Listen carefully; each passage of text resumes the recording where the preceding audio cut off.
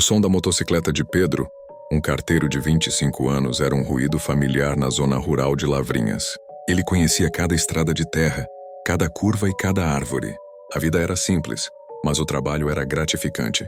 Naquela tarde ele tinha uma entrega incomum. Uma pequena caixa para uma casa isolada, que ficava a alguns quilômetros do vilarejo. A família, os Silvas, era conhecida por ser reclusa e estranha, e ninguém se aproximava deles. Pedro, no entanto, não acreditava em boatos. Ele subiu a estrada de terra, o som de sua moto ecoando no silêncio da mata. A casa, uma construção antiga de madeira, estava escondida por árvores e vinhas. O jardim era selvagem e descuidado, e o ar tinha um cheiro de terra molhada e mofo.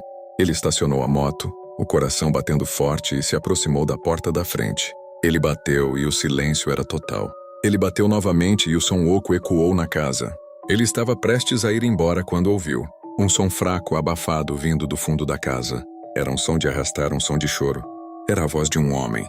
"Me ajude", ele sussurrou, a voz embargada pelo desespero. Pedro, com a mente de um carteiro e o coração de um herói, sabia que não podia ir embora. Ele andou devagar pela lateral da casa, o som de seus sapatos rangendo na grama alta. Ele se aproximou de uma janela e, com o coração na garganta, olhou para dentro. O que ele viu fez o estômago revirar. O quarto era escuro, mas a luz fraca que vinha do exterior iluminou a cena. Um homem, amarrado e amordaçado, estava deitado em um colchão velho no chão. A pele dele era pálida e machucada, e os olhos, cheios de medo, olhavam para Pedro. As mãos dele, com as unhas arrancadas, estavam amarradas por uma corda. O homem não estava sozinho. Em um canto da sala, um homem velho com a barba grisalha e olhos cheios de ódio o observava. Pedro se assustou e deu um passo para trás.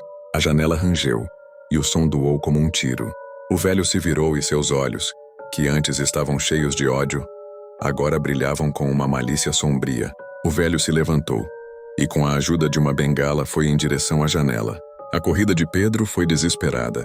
Ele se atirou contra a porta da frente e com um golpe a abriu. Ele se jogou na moto e com as mãos tremendo ligou o motor. Ele ouviu o som da porta se abrindo e a voz do velho, gritando e amaldiçoando-o.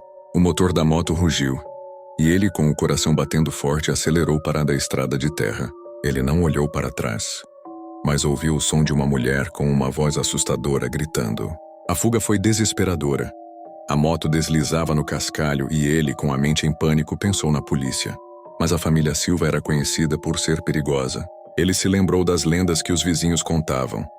A família, conhecida por ter práticas estranhas, mantinha pessoas presas e realizavam rituais satânicos.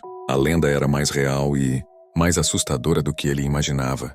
Ele chegou à cidade e, com as mãos trêmulas, ligou para a polícia.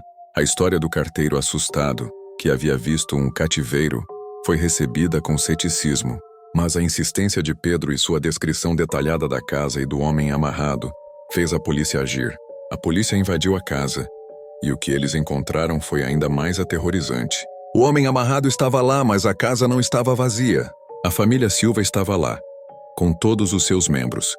E os rostos deles, que pareciam humanos, eram na verdade deformados e com olhos cheios de ódio.